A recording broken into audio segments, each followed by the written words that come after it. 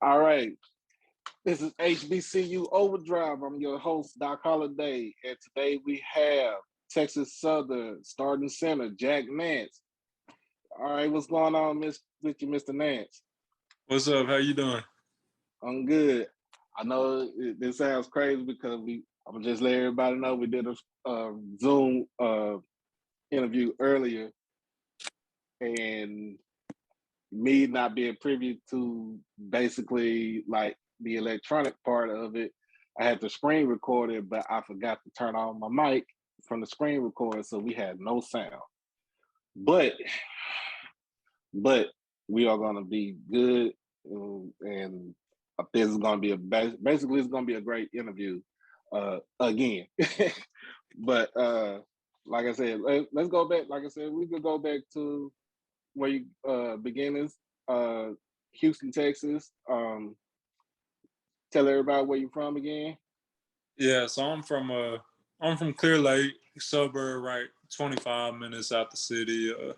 Depending on the time of day, but yeah, really 20 miles from TSU. Born and raised. Yes, sir. Okay, y'all see he got that H-Town swag with him.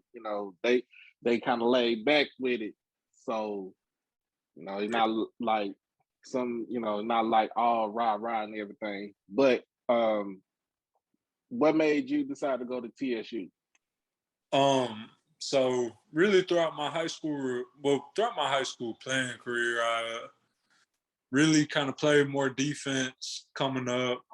My senior year, I went more full-time offense, but the recruiting process was a little funny for me because there was a lot of schools talking to me about defense, and then it kind of, everything changed a little bit going back to the offensive side. But I had some JUCOs, some D2s, a lot of D1s talking to me and interested. But TSU was really the first one to just bite, and feeling wanted by a team in my own city right down the street, it was really no doubt for me. So it led me there.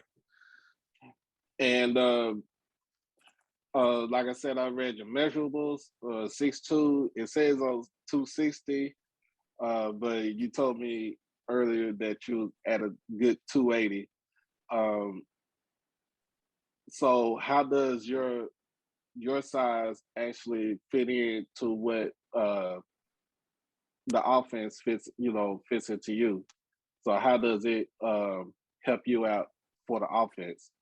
Yeah, I mean, I like to think with my strength and all that, I could play really in whichever offense is needed, but also being in a spread offense where it's a lot of tempo, getting up on the ball and being the center, kind of setting the tempo and being the one to have to get up there, get my hand on the ball and all that.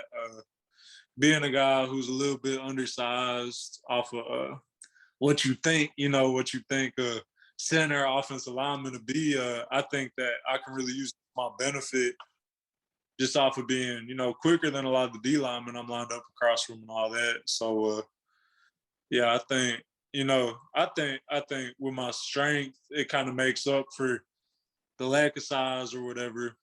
And then quickness and all that is just an added benefit. So. And we,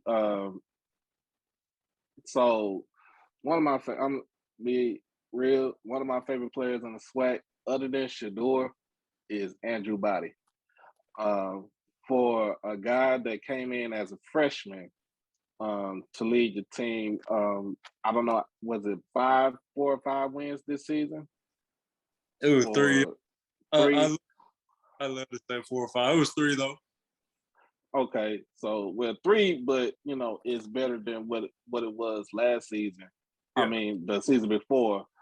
How does he bring that type of attitude towards the team? Like, what sets him out? What sets him above and beyond everybody else? Well, I mean, first off, he plays quarterback, so a lot of people are going to look to the position to kind of be the guy that they're either going to follow behind and ride with, and that can either take you into the fire and it can take you downhill, or it could be a positive. And so having him where he just has a positive personality and every day he comes to work. You know, I remember just hearing like growing up, like, you know, good teams are whenever your best players are the hardest working ones. You know, a lot of the times you get the guys who are hungry and they're not starters or whatever, and they're the ones working. The guys who have already arrived or made it are the ones that, you know, kind of take a back seat and watch those other guys. But you know, I think not only him, but just our program in general, and I try and be one of these guys, but definitely him as well, have guys who, you know, are starting or, you know, have already kind of been in the system for a few years.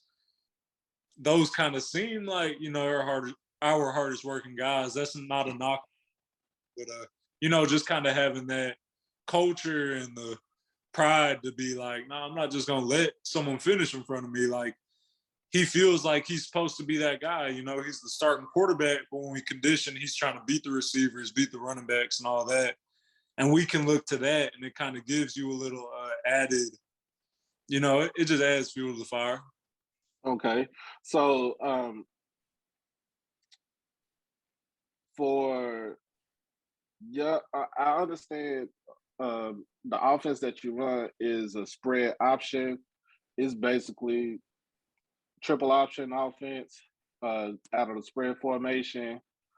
How does that fit into the team that you have as an offensive person? Oh, I mean, you know, first off, our coach, Coach McKinney, he's got backgrounds to A&M through the Johnny Manziel years, and he was at U of H back with Case Keenum and all them. So he's definitely kind of, you know, mastermind behind all that. And our OC got a great football mind too. My line coach, 10-year NFL vet. So we got a lot of, you know, it's a lot of brain power on that side of it. And I just think that, you know, we had a quarterback change a couple games into this season where we had a kid who could really be a good pocket passer, but a body added a dimension with everything he could do with his legs and all that. So I think they did a great job on their end, kind of installing an offense around what, you know, what he could excel with and really what our line could excel with. We have a couple guys who are, you know, real good at moving side to side and all that. So I think they did a good job putting all of us in positions to succeed. And that's really what it comes down to. So, Okay. Okay. So do you feel like that Andrew Body can break any type of record as far as with Texas Southern, like passing wise, basically? yeah, I mean, I don't think it's any limits to what he could do. And I won't tell you, I know what the marks he got to get are, but I know Texas Southern isn't a historically, you know, dominant program within our conference. And I mean, just talking as a total team, like team records, I think we could break win records. We could, I mean, I think we could really set this conference on fire. So, yeah, I don't think it's any limits to the amount of records that we could rewrite, not just at Texas Southern, but within our conference, within FCS football. So you have and y'all in the West Division, you had a lot of movement, basically coaches moving. Yeah. So you had Dooley go from a Prairie View to Southern. You had Coach Hugh Jackson coming in to Grambling. You had Bubba McDowell basically being elevated from defensive coordinator all the way up to head coach. How do you feel that? How do you feel about the coaches within your division on the west side? How do you feel that will like impact the conference? You know, it'll be interesting because I'm going into my fourth year playing in the SWAC, and I've played, you know, we play Southern every year. So I've played Southern. They've kind of ran that same defense. Kind of familiar seeing that. And same thing with Prairie View, play Prairie View every year. So kind of just interesting and, you know, just speculation off of what I'm individually think they're going to do. You know, I know Bubba McDowell, he was a secondary coach at Prairie View, and he got elevated to the head job. So, might kind of see some of the same schemes. They might mix it up. And then Southern kind of know what Prairie View did in the past. So kind of same thing, just seeing if Coach Dooley will do the same things over at Southern. But yeah, I like seeing the elevation of the coaches within our conference. I think that Coach Dooley's a great coach. I've heard good things about Coach McDowell. One of my high school coaches actually is good friends with Coach McDowell. He played for the Oilers with him. So he was talking about golf every weekend together. So yeah, I think, and then obviously Hugh Jackson, a guy with former NFL head coaching experience. I think it can only be a great thing for our conference to kind of add higher profile guys like that, and nothing to be scared of or run from, but, just elevate with that, because I think the guy that we got with Coach McKinney's up there with the rest of them, so. So Coach McKinney was a kind of like a disciple of Art Browse when he was at University of Houston. And he also got taught under Coach Sumlin when he was at A&M. You said through the Johnny Manziel years. So Coach McKinney basically mixes in what he did at U of H as far as like with the type spread veer option type offense, and then mix it in with some passing. What do you think needs to be tweaked about it in order for y'all to be more successful offensively? I think just, it's our fourth go around. I came in, I was part of their first recruiting class. So our first year really just, the offense wasn't up to what it's at right now. We were still kind of installing things, and it was coaches on the staff still kind of learning the way that Coach McKinney wanted to run it and Coach Marsh wanted to run it. Now we're 4 years into it, and, it just evolves and you kind of pile on it. So I think we're at a point where just at this point in the summer, we're way further ahead than we've ever been.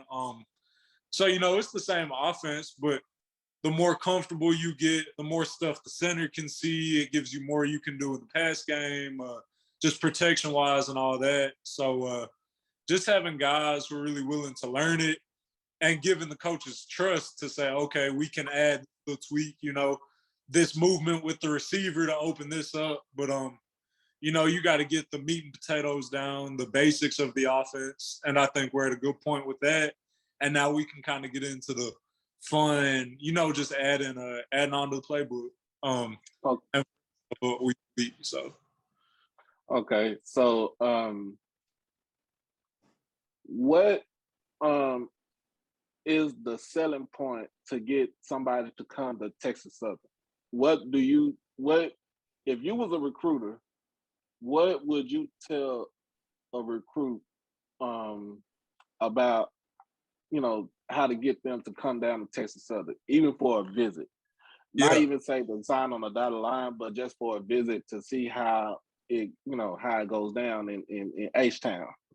Yeah, now this my big thing is I think like that. I want to coach in the future. That's my plan. So I look at it as you're arguably, and I say arguably, but I don't really think it's an argument, that you're in the best city in the country as far as high school football talent, So you got your kids who go to UT, go to A&M, go to, Ohio State, Florida, Georgia, Bama, whatever. But it's a lot of kids with that same talent in the city of Houston that slip through the cracks, Right. So, Body comes from Corpus Christi. I'm not saying don't leave Houston, but also I'm saying, like, recruiting Houston hard, like, to me, it's no reason why you shouldn't be able to tell a kid, that's got offers from, say, Memphis or wherever, different places throughout the country, but a kid who's from Houston, to get them to at least consider Texas Southern being an HBCU in the middle of the third biggest city in the country. Like, I think that's enough of a selling point in itself. But then obviously what we have being built with the football program and the excellence of our school and all that. But I think just saying where a Division I program in the city of Houston should be enough to have consideration. Okay.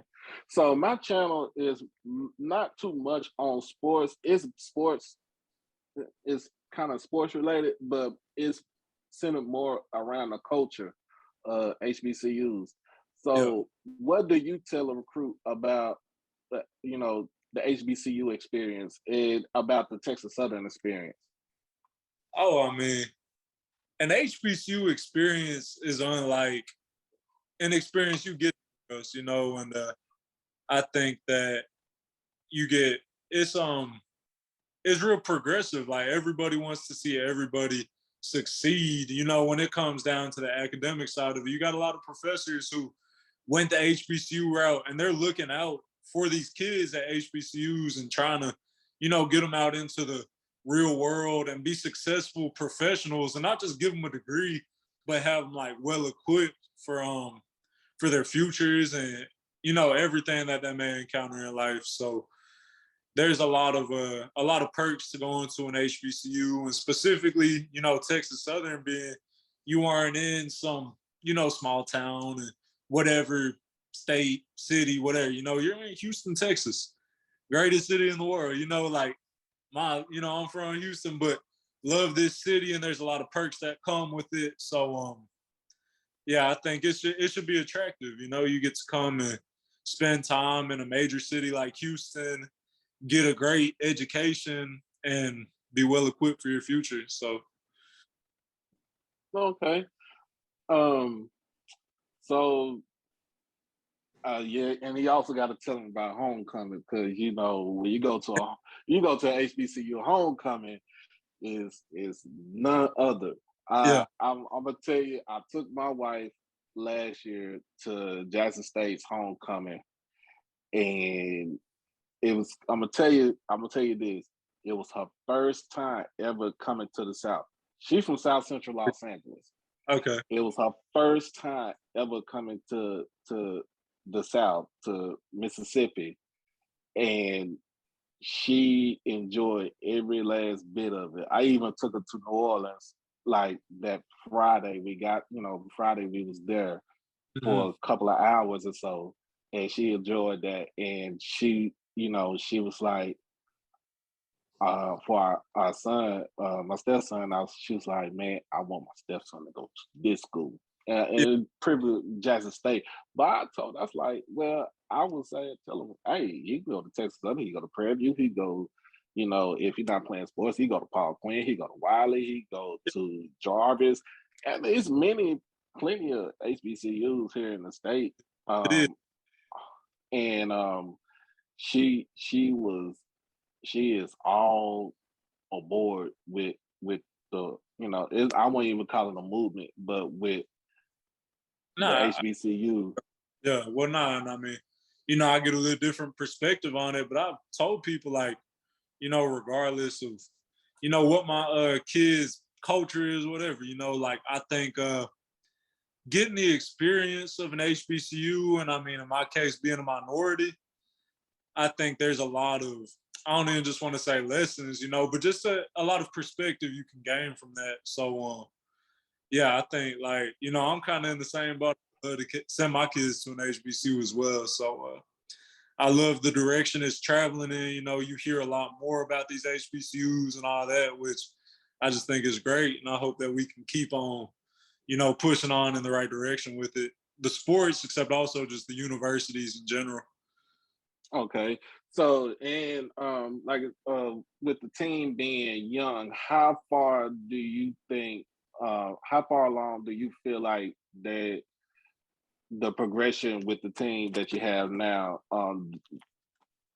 prior to what you had from last season, how you feel like about the progression of the team now? I think that we're in a really great spot. Like I said, and I'm one of the older guys on the team. So I kind of seen like first year, it wasn't really Coach McKinney's guys, it was guys from the previous staff, just kind of still living off the previous culture, and you got to come in and reestablish something. You kind of get your guys in there, so we're still kind of trying to shake that and get it, get in his light, following in his direction. Everybody getting on 2 feet on the boat, being his boat. It's a lot of people kind of pulling in different directions. I think right now, it's a lot of buy-in from everybody, and especially the older guys who have been here, kind of through that first year and seeing how little buy-in we had, seeing where it's at now, kind of bringing younger guys along with us and just, trusting in your coaches and seeing how far it'll take you. So I think that's the biggest thing is just buy-in. And like I said, it's like everybody's bought in right now. And you come in here not bought in, you can go the other direction. But it's like we're moving in a certain direction. We're moving up. And anybody who's not with that, they can get lost. But yeah, we're moving on up. And I think that having older guys who can kind of, take in the younger guys and, it's not like, oh, he needs a mentor or something, just kind of like guys who've been through it a couple times. Like a lot of us went through the whole COVID, whatever you want to call it. Yeah, I think a lot of when you didn't have a fall season because of COVID, it kind of threw everything out of whack. As far as everything got thrown out of whack, even I got thrown out of whack. I was out like really I was on furlough for almost 2 months, during COVID and that year, and just to see now kind of going back to normal, but I feel like we're not going to be back to what we was, because now we got to have a heightened sense of, hey, I can get this, I can still get this virus, this can still affect me and stuff like that, and I just have to be more aware of who I'm with and where who they've been with and stuff like that. I mean, being an athlete, a lot of it's about like toughness. Like, in the past, it might have been like, man, I'm running a low grade fever, but we got a game on Friday. I'm trying to shake back and play in the game. It's not something now, it's like, oh, I'm coughing and sneezing. I really gotta get away, And it can take the whole team off track. It's not just you, but it spreads like wildfire, and some people might just pop up positive, not even feel sick. So yeah, it's kind of a tricky situation. It's not like anything we've ever dealt with. So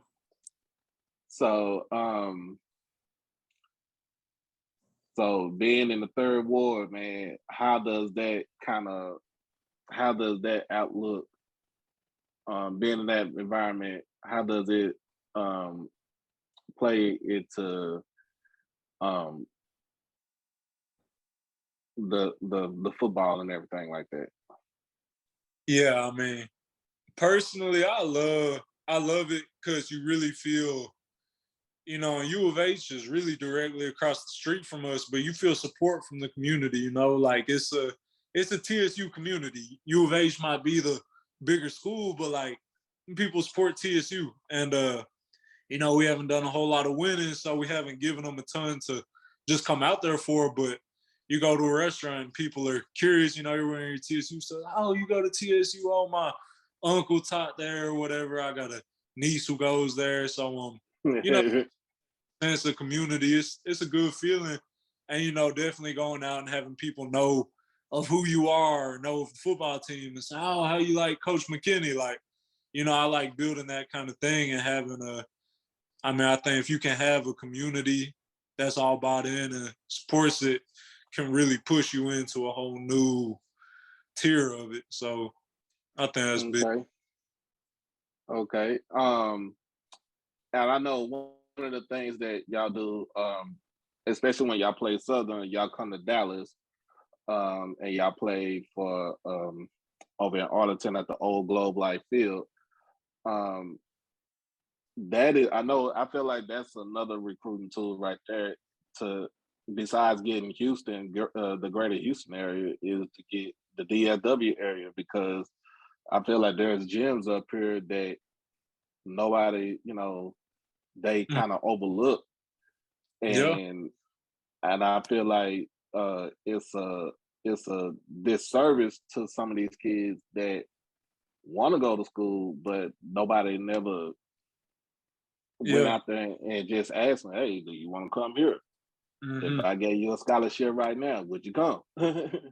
Yeah, yeah, yeah. um, so I feel like when they come up here, um, I feel like some the coaches got to be out on that trail. Like like to be out on the trail, especially for Dallas. Like we try to keep like with Dallas, we try to keep kids in the city of Dallas. Like it's just like you want to go if you're at Texas Southern, you try to keep kids at Texas Southern. Yeah. Try to kind of convince them not to go to U of H, but come Yeah. over here. Now in Dallas, we try to keep the kids in the city, like with them going to SMU and to UNT, and trying to not see if they go anywhere else. Mm-hmm. I feel like that um, it could be a good thing. It's a bless to me. It's a blessing in disguise, and nobody never thought about that until until like this past year, Yeah, yeah, yeah. um, especially with Travis Hunter making his decision to go to Jackson State, Mm-hmm. um, and flipping from Florida State. Uh, I feel like everybody could get that 3-star, 4-star recruit. Yeah. Oh, no doubt. And I think that's huge. It's like it's the same thing, like not running from anything. Like I seen that and I'm excited. I'm like, oh yeah, like that's gonna up the whole conference. I love to see what Coach Sanders is doing over there because, not being afraid of, oh, this kid got a Bama offer, he got a Georgia offer. It's like, nah, I want the kid, I'm gonna go get him. Cause why not Jackson State? I think everybody should Right. take the approach, because to me it's like, why not TSU? I know kids, and I mean it's gonna be hard to get the kids that got a Bama offer because we're in a smaller, they're not even smaller, but our facilities, whatever, not as nice, and we haven't done a whole lot of winning. But you start building that name and building a reputation, and it feeds off itself. I think if we could establish that, there's no reason why. Like I said, like you might have a kid from Houston, Texas, that's a 4-star running back, but his only offers are in Iowa and Kansas and California. It's like, why not keep the kid in Houston and give him a chance to play at TSU? And Yeah. that's how I feel kids want to find out about the HBCU experience. I went to high school with kids who had bigger offers and they ain't never had any HBCU offers, but it's like they kind of wanted to, they're curious to know what the HBCU life is like. So yeah, I think that's a big thing, is just not running from these bigger programs, but instead realizing what you have and using it as a tool. Like Deion Sanders, Coach Prime, I know he like to be called Coach Prime, but using it as Yeah.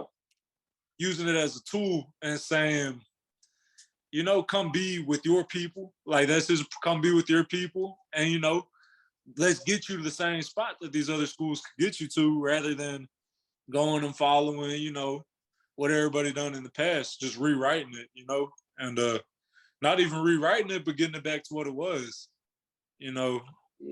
Yeah, I feel like that's what everybody needs to do to get back to where um it was back then, because like I said, I went to Jackson State. I went in the late '90s. So when I was there, I didn't play sports, but I'm a sports fan.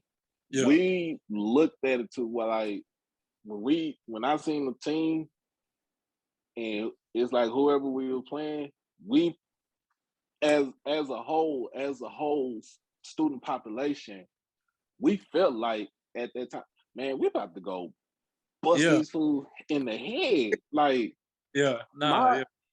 my Yeah. the first game I seen, we went to Birmingham, Alabama. So that was my first time ever going to being at Legion Field, Yeah. and we played against Alabama State, and like we literally bust them in the head, like no cap, like. Yeah. Yeah. And Yeah. I think it was I think that was like Travaris Jackson's first game or something like that, Yeah, and like we basically just dog walked them.